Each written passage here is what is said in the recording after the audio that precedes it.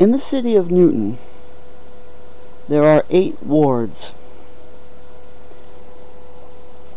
Each of the 8 wards,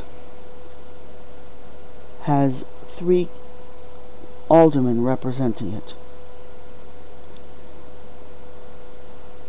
2 of the aldermen from each ward are called aldermen at large, which means they have to be elected by the majority of the voters from the whole city of Newton.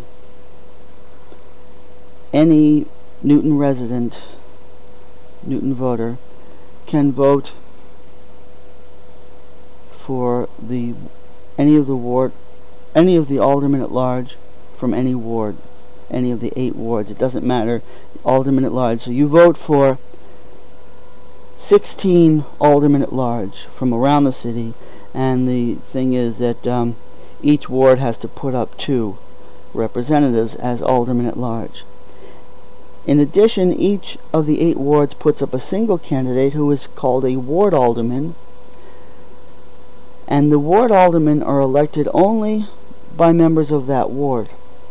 So no matter where you live in Newton, you live in a certain one of the 8 wards, and you vote for 16 positions of alderman at large, plus 1 position of ward alderman for the ward that you are registered to vote in. So there's a total of 24 aldermen in the city of Newton, but each citizen only gets to vote for 17 of them. 7 of the aldermen, you don't have any say in whether they get elected or not.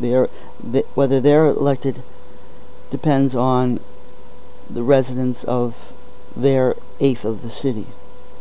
Now there was this is sort of it's sort of like the difference between the House of Representatives and the House of Congress, or the difference between a senator and a congressman, and one of them is there's equal number of representatives per district, and the other body of politicians, it has to do with number of population and stuff like that represented. So somebody worked it out as this would be a good idea, they thought, to guarantee equal representation for all citizens, no matter where they lived.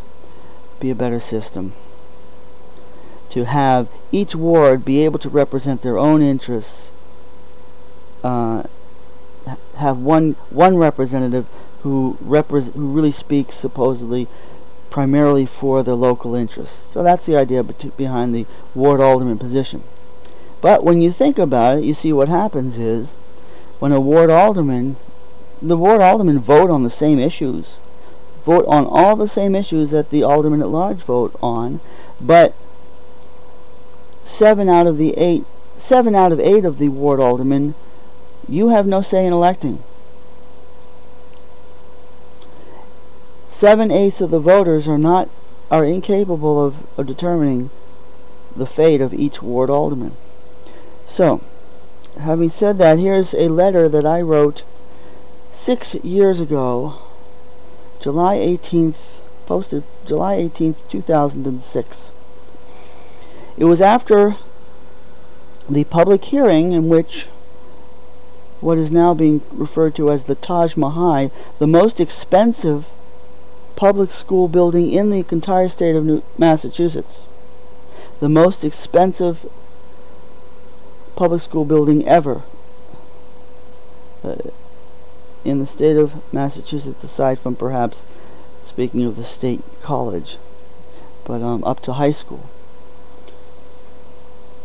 was presented. The plans for this horrible monstrosity were presented to the public in a so-called public hearing, and a few of the aldermen, there's a few members of the aldermen who have some intelligence and integrity, and they spoke, they mentioned their objections to the plans that were being presented, and also a few members of the public who were supposedly invited to come and contribute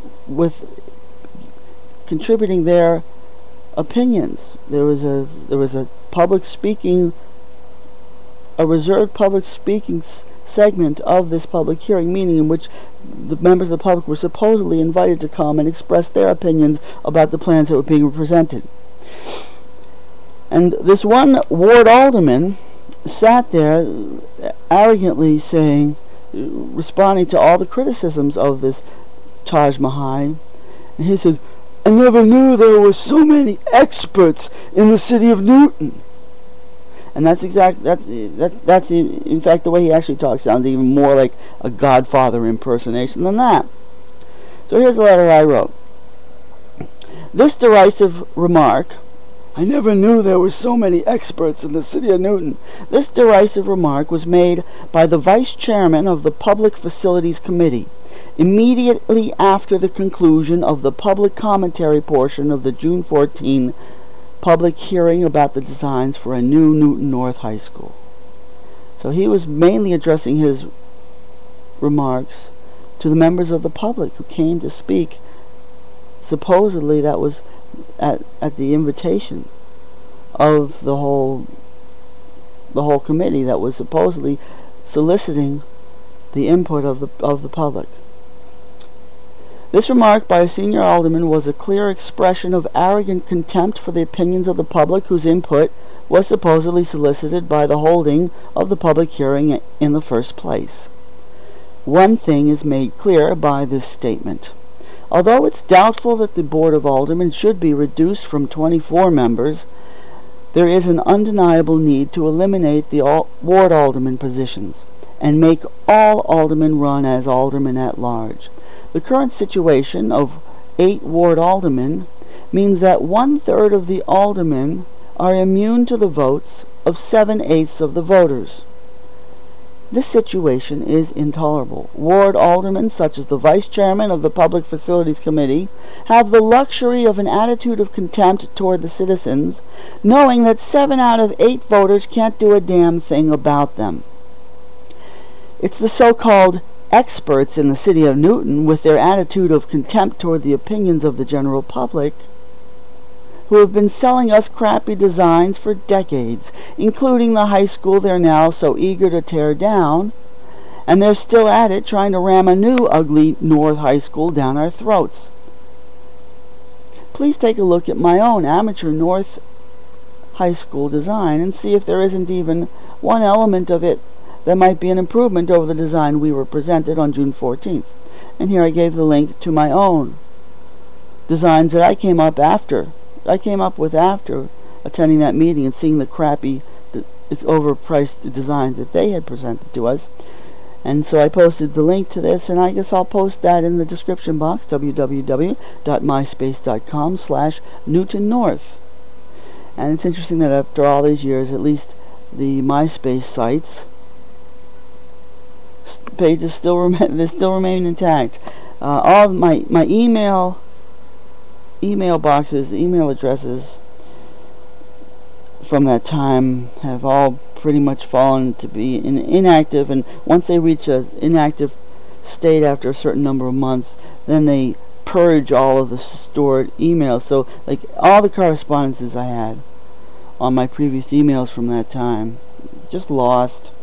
But at least the MySpace site is still up, and I created this in about a week. Of my plans were even less, in a few days, just after seeing their plans and saw what crap they were, made by these most expensive architects, the most expensive architects that the school committee could find. They went out to hire the most expensive architect, and he comes up with this crap, but you're not supposed to question it because it's like the emperor's new clothes. Oh, it's so expensive, it must be the finest ever. And on top of that, you've got the ward alderman, the head of the Public Facilities Committee that was supposedly presenting this plan to the general public for our own edification. He responds to the public giving their input by saying, "I never knew there were so many experts in the city of Newton." And people like this need to be removed from positions of public trust. People like this have nothing but arrogant contempt for the general public, who is supposedly responsible for putting them in their positions of power, but in fact, as ward aldermen, the voters, most 7/8 of the voters, are not responsible for putting them there, and they feel this luxury of this attitude of contempt. So I felt like sharing that, as I just came across this for the first time in many years. This little article that's still also available online. The end.